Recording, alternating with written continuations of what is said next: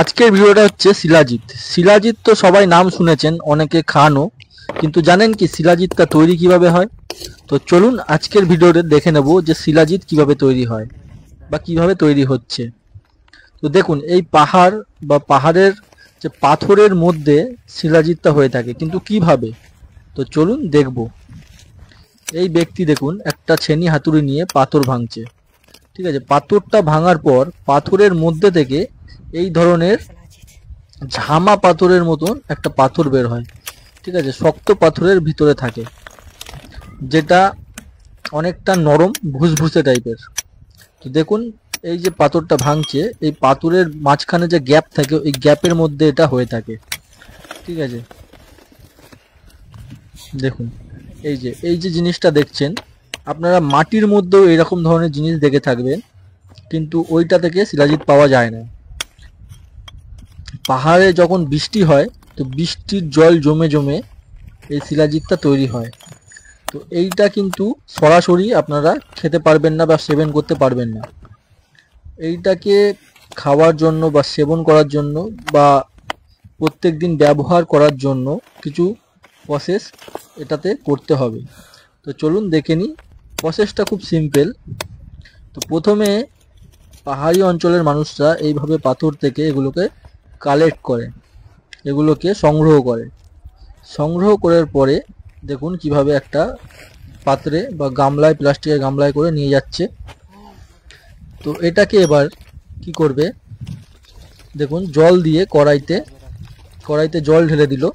জল দিয়ে দেওয়ার পরে কড়াইতে এটিকে জলের মধ্যে ছেড়ে দিচ্ছে।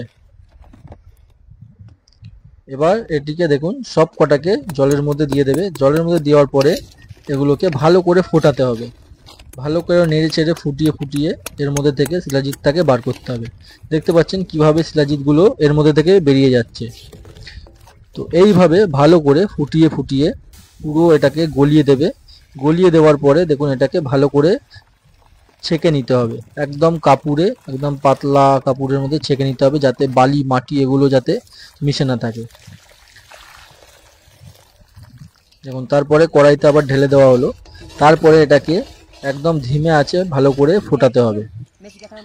ভালো করে নেড়ে চেড়ে ফুটিয়ে ফুটিয়ে এটাকে দেখুন, খুব হাই ফ্লেমও নয়, একদম ধিমেও নয়, মিডিয়াম ফ্লেমে এটাকে নেড়ে চেড়ে ভালো করে যাতে ফুটবে। দেখুন ফুটে ফুটে এটা একদম এরকম কালো হয়ে যাবে আর শুকিয়ে যাবে, জলটা পুরো শুকিয়ে যাবে। দেখুন এইবার এটা পুরোপুরি তৈরি হয়ে গেছে শিলাজিৎ। ঠিক আছে, এইভাবেই এই শিলাজিৎগুলো তৈরি হয়ে থাকে। তো দেখতে পারলেন কতটা পরিমাণে ছিল আর সেটা শুকিয়ে কইটুকুনি তৈরি হলো। সেই জন্য বন্ধুরা এই শিলাজিতের এত দাম হয়ে থাকে। আর এটা অনেক কষ্টের একটা কাজ। রোদ্দুরের মধ্যে পাহাড় থেকে কালেক্ট করতে হয় পাথর ভেঙে ভেঙে। দেখুন তারপরে এইগুলোকে এইভাবে একটা কন্টেনারের মধ্যে স্টোর করা হয়। তো দেখতে পাচ্ছেন এটা কন্টেনারের মধ্যে স্টোর করা হলো। এবার এটাকে আপনি রেগুলার এটা সেবন করতে পারেন। আর আপনারা তো জানেনই যে শিলাজিতের কি উপকার আছে। ঠিক আছে, শরীরে এনার্জির জন্য খুব ভালো একটা উপাদান, এটা প্রাকৃতিক উপাদান, এর কোনো তুলনা হবে না।